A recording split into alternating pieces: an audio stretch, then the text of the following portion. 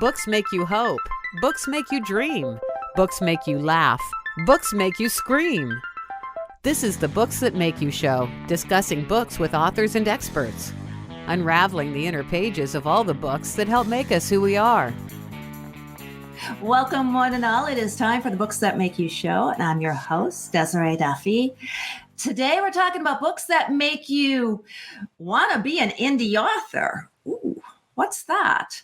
I mean, it is known, I talk about this frequently on the show, that the more you read, the more you get the urge to write. What happens, though, when a reader transforms into a writer? Now, chances are, if you're a new writer, your first foray into the writing world will be as an indie author. What should you know before venturing down that path to being an indie writer? Our guest today is Chelle Honiker. Now, she is, and I love this because I'm right there with you. She's caffeinated. She's a writer. She's a mama. She's a founder. She's a Foo Fighter. David Grohl, I think, might be a little jealous there. She's a speaker. She's a trainer. She's a traveler. She is the managing partner of Athenia Creative Services. Is that right? Athenia? Athenia, right. Yeah, I got it. Okay. That includes Athenia Creative, training, marketing. Some of the notable projects include AuthorTechSummit, 929 Press, Indie Author Magazine, Author Automations, book cover auctions, direct to readers, Indie Author Tools. Now, Chelle is an advocate for the empowerment of authorpreneurs and recognizing the importance of authors taking charge of both their craft and their careers. Hello, Chelle. Welcome to the show. How are you? I am very well. Thank you. Thank you for being with us today. We're going to have some fun. I think so. That intro makes me sound like I'm very busy, doesn't it? I think you are very busy. I was stalking you online, as I do with most of our guests. And there was just so much. We probably could do several shows because you cover so many different things, from being somebody who's publishing a magazine. You've put together, I believe, you've been an editor of anthologies, and you help authors fine-tune their marketing and their craft. Let's start off, if you could. You say that indie, the term indie, is most definitely an attitude of taking charge of one's career and not simply about being self-published, which is another term. Can you talk about that? Sure. Yeah. I say that a lot because there are so many ways to be an author, right? There's not one single way to be an author. So indie is very definitely an attitude. It's definitely not just relegated to the realm of self-publishing. And so there's indies that do self-publish. There's indies that are hybrid. There's indies that are trad. And really, traditionally published authors there's a lot of them that are getting away from that because they see that taking charge of their career means that they have more freedom, more flexibility, more control over their marketing, more money, ultimately, if that's their goal. So indie is a spirit. It's not a defined self-publishing definition anymore. Just not. I love that. And there's a couple of things I want to dig into, because I think sometimes the term self-published, it still evokes thoughts of a vanity publisher or somebody who's doing it because it's something they feel the need to kind of tell their story. Right. And they're not necessarily they're doing it to fulfill themselves, which is fine. Don't get me wrong there. We should do that. But then when you talk about it being a spirit, it feels like it's a little bit more true to the art form. It is more true to the art form. And I think also in the past, it has been equated with not good enough to get a trad deal without recognizing that the traditional publishers were gatekeepers, really. They were keeping everything sort of hidden from the world. And great books, amazing books, were not seeing the light of day.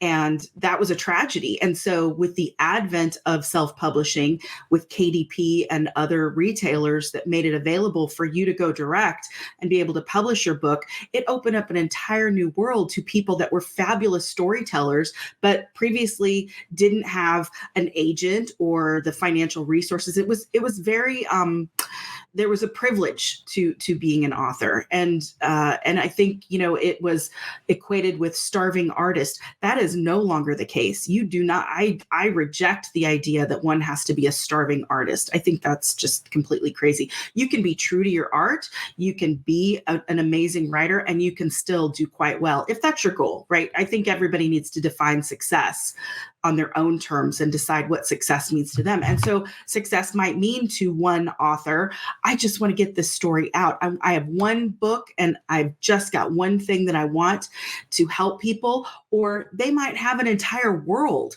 that they want to explore, and they've created an entire, fantasy realm. And now it's books and games and videos and movies and audiobooks and serials, and the list is endless now. And I think too, when we talk about indie author, in my mind now, we're not really talking about authors, we're talking about storytellers, because there's so many ways to tell stories, and there's so many amazing stories that are being told through serialization, right, where you write episodes each week or release them. Generations like Gen Z are very used to small weekly webisodes or episodes, so they love those kinds of stories. So authors come in all shapes and sizes, but the term indie for me just means you're in charge. It's yours. You do what you will with it. Yeah, exactly.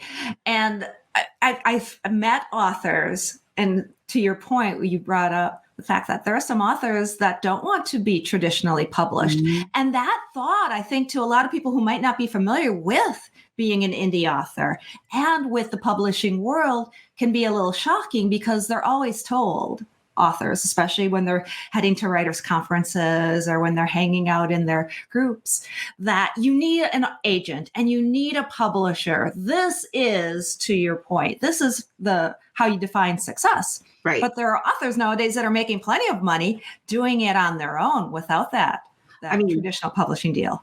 Yeah. And so we started Indie Author Magazine to highlight those stories and to highlight the many, many ways and paths and definitions of success. And so everybody that's on our cover inspires people in one way or another. We want the readers of Indie Author Magazine to see themselves on the cover and in the pages. And so we have folks that have written one book, and we have folks that have written 50 books, and we've had folks that have inspired others, or have great partnerships, or are doing something to inspire people to define what their own terms of success are, and then to go after it and to chase it. So it's a very approachable career now. It's not easy. It's not an easy career. There are still challenges, but for those that are willing to look on it as a career and look on it as a way to have a successful, third career. Some people are doing it as a way to retire. Some folks are doing it just as a creative outlet.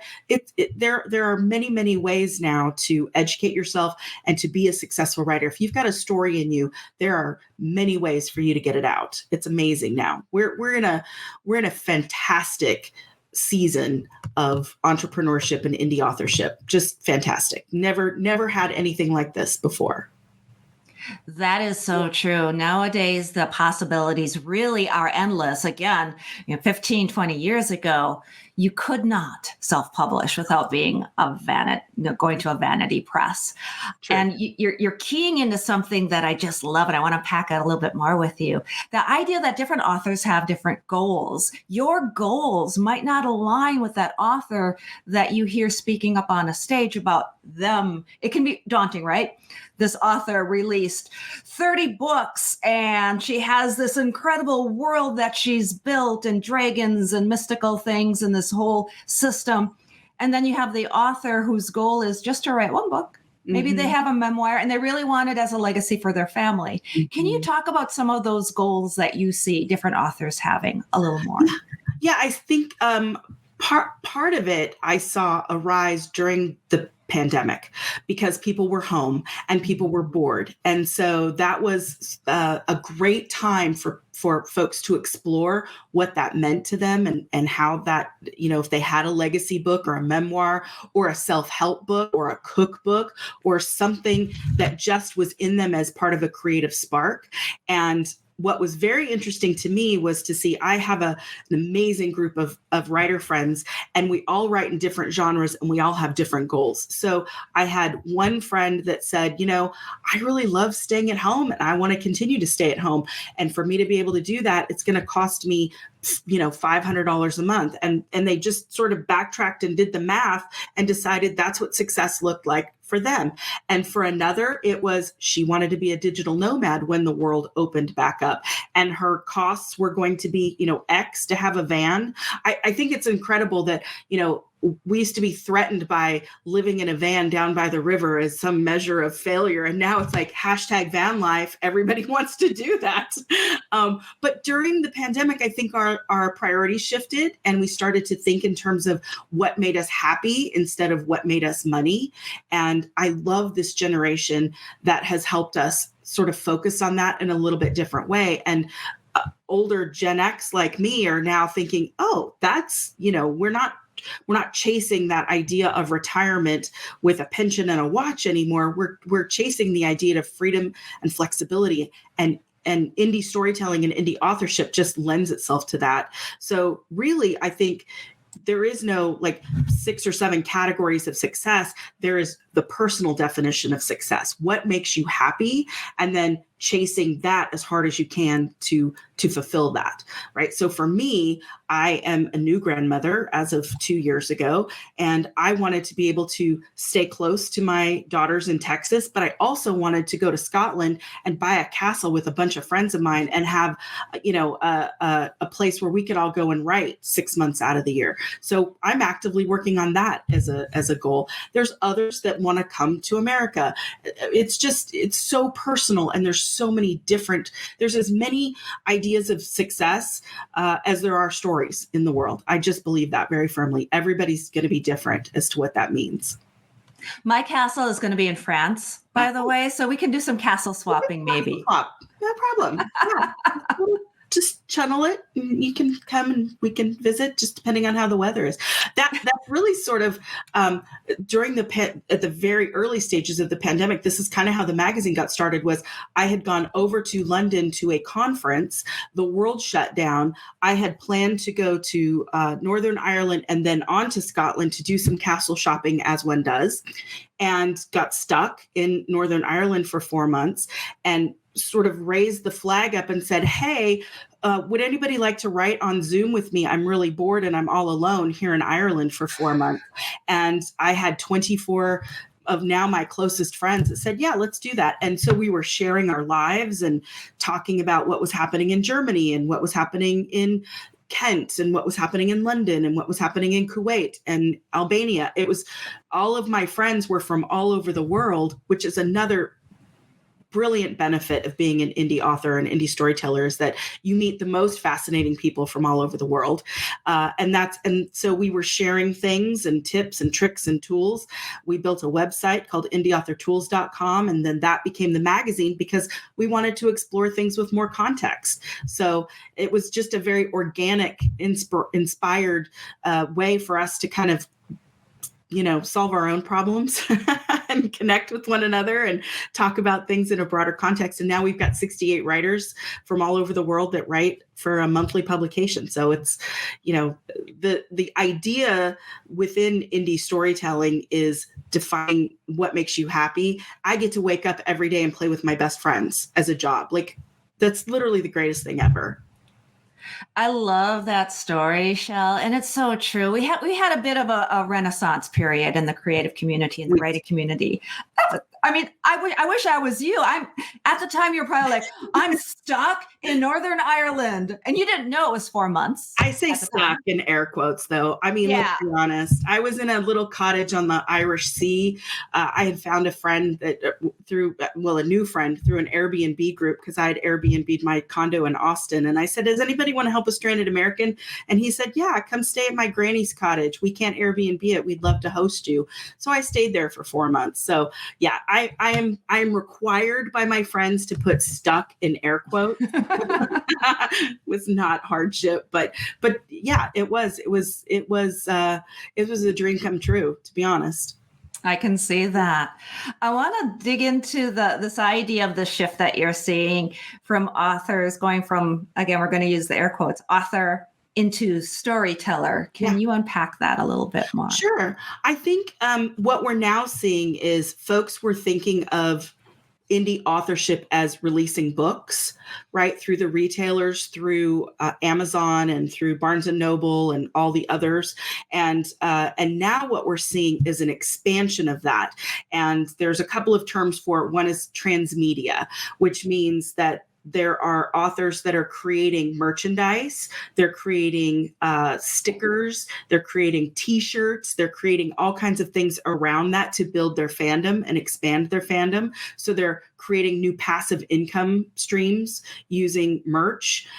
There's also folks that are using it to expand their worlds a little bit deeper, creating games or creating puzzles or creating interactive, video games, lit RPG, role-playing games. The possibilities are absolutely endless. And then there are also subscription services. There's a company called Ream that has stories that you can go and subscribe and find different authors. There's Patreon and Kickstarter, and just there's a myriad of ways that storytellers can now either expand their worlds or just go into one particular fandom and one particular way. So there's folks that for example, do Kickstarter, where they release it and then they've got different levels where when people back that, they get extra things. So you might get a sticker, or you might get a signed copy of things, or you might get cups or mugs or t-shirts. There's just so many ways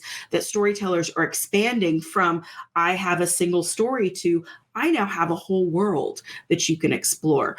One of the ideas that I've talked about is the idea of The Witcher. And The Witcher is a fantastic fantasy world, but there are some people that came to the Witcher realm by way of the games that had no idea that there was a Netflix series. And there were some people that came to it by way of the comics that had no idea that a game or the Netflix existed. And so there's this realm of fandoms that love that world, but come at it from many different ways. And indies are now embracing that. It's becoming the hottest thing that indies can do to expand it and to not just have a single book and sell book over book over book, but really have an entire company, a media company of sorts that they can tap into. It's fascinating. And now, too, there are companies that have sprung up in the realm of indie authorship that support that, right? There's companies that help us deliver books faster, and we're not just solely dependent on the retailers who are fabulous partners, but there are companies like BookFunnel and Draft to Digital and Lulu that help us get print copies into the hands of our readers almost instantaneously. So we're not tied to one single way of distributing things now. And so for indies, again, taking charge of their career, they can craft an entire business model that suits them. They don't have to have books in their garage. They don't have to hawk books at, book fairs all over town. They don't have to schlep out on a book tour. They can do quite well by utilizing these tools and services that are there now. So again, I'm just so thrilled with where we are and that we have the support that we have from the retailers and from the companies. And there's so many ways to be successful now that don't leverage just selling an ebook. It's just the best time to be alive. Yeah, exactly. As I hold up my books that make you up. I couldn't have done this. I could have probably found a way to get some mugs made, and I'd be spending $30 a piece on mugs and merch and all of that. But you're so right in the fact that this is a moment when so many things are converging and coming together that provides these opportunities. I'm going to take the devil's advocate position because I also know there's a lot of folks out there that are like, what? You want me to make merch? What? I need to make a game. They might feel overwhelmed. Sure. What are some of the first steps? What are baby steps that you might recommend? So I always recommend crawl, walk, run strategy, right? And crawling is just getting your story told. Write that book, finish the book. That's the first strategy. And then you can ask your readers or your fans via your newsletter, because you should always have a direct connection with your readers and your fans. Hey, would you like to see some things? The one thing that I notice is that fans will very quickly tell you what they want, because they'll start creating fan art, and they'll start creating, little letters to you and asking for certain things. So I had a friend that writes cozy mysteries, and in her cozy mysteries, she always includes a recipe, one of her mom's old recipes. And she found that other people were creating fan art around those recipes and around her characters. And so she compiled a cookbook. So some of those things spring up very organically, and you don't have to be intimidated and decide, oh, this is what I'm going to do. Talk to your readers, talk to your fans, see what they're doing, see what they like, see what they want. The first rule of marketing is asking for what people want, solving a problem, and then giving it to them. It's the simplest thing from the dawn of time. It's just, we make it complicated. So have conversations with your readers and your fans. That's the first thing. And then decide what you can do. And the good thing is that a lot of these solutions are very low barrier, meaning you can start with very little money. Sometimes it's just your time. And then you can decide, oh, that didn't work. I can move on to something else. Being indie means you can pivot very quickly, and you're not stuck in something. When I had a trad deal, I was stuck in a 7% royalty deal in perpetuity for all time. I couldn't do anything. I wasn't even allowed to market my own books. I had to get their permission to use anything from the books that I had written. So it was incredibly frustrating for me to have my, hands tied and my mouth gagged and not be able to do what I wanted to do with my own work. So now my royalties are my own. I choose my own path. There's no barriers. You have a way of breaking things down when you explain them. You do. You break down the tech talk so it's understandable, especially with the world of technology in and of itself just going so fast. How do you do that? How do you keep up with everything, Chelle? I came out of the travel industry. I was a travel agent for many, many years. And I was the only one in the office that knew how to fix the printer. And so they kept sending me to training classes. And Are they calling you right now? No. Probably. What's so funny is that I was the only one that could fix the printer, and they would come back and ask me all of these questions about things. And so because I had to explain to 86-year-old travel agents how to use email, I learned how to slow down and break it down for them. It was fast. They knew every restaurant on the Isle of Capri and who the waiters were, but they could not send an email. And so I learned how to slow it down and talk to them about email. That in and of itself is a great skill set, because we've all been on the phone or on a call with support, and they're just talking over your head. And you're like, help, just tell me which button to press. I had somebody one time that called me because I did do support for them, and she called and told me that her drink holder was broken and could I order her another one. And I asked her what drink holder she was talking. She was talking about the CD-ROM that came out of her. She thought that was a drink holder. And so that has been my training philosophy from day one, is if you don't know it, I haven't explained it well enough. So let's slow down and I can help you. I can help you order a new drink holder because it's snapped off. That's you know what? I have a CD-ROM in my car because I have a kind of an older car. Uh-huh. I'm going to try that now. I'm going to see if maybe I can use it as a drink holder. It was one of the old school ones that came popping out of her computer, and she just had a big gulp there as long as she could use it. It was, props for trying. That's all I have to say. That was fascinating. Do you have, this is a great story. Do you have any other stories? Maybe a memorable,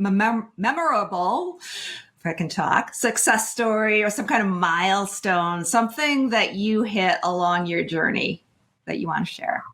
So my journey's been varied. As we talked about in the beginning, I've done a lot of little things. And so I think I came to the realization, I read Tim Ferriss's 4-Hour Workweek very, very early in like 2003 or 2004 when it very first came out. That was the first time that I had an epiphany that I could start a business as a woman and run it successfully as a consultant for years. And so I struck out on my own as a consultant. I left the travel agency that I was working for, and within 2 months, I had 130,000 clients, like immediately. So that was very exciting to me because it was the advent of when websites were being built. And so I've built many, many, many websites. So I think the great thing that I took away from that was not to be so scared of it all. Right? What's the worst that could happen? I end up in a van down by the river. As my mom always threatened. You're going to end up in a van down by. Okay, sure. That sounds fun to me. I don't care. So, you're like, Mom, that's where I want to be. That's great. Sure. As long as I have a castle too. Right. I mean, you can work up to that. I think that's the biggest takeaway that I've had in my career, and the biggest success I've had in my career is somehow I've been able to just say, what's the worst that could happen? Let's try it. Let's write a book. And what's the worst that could happen?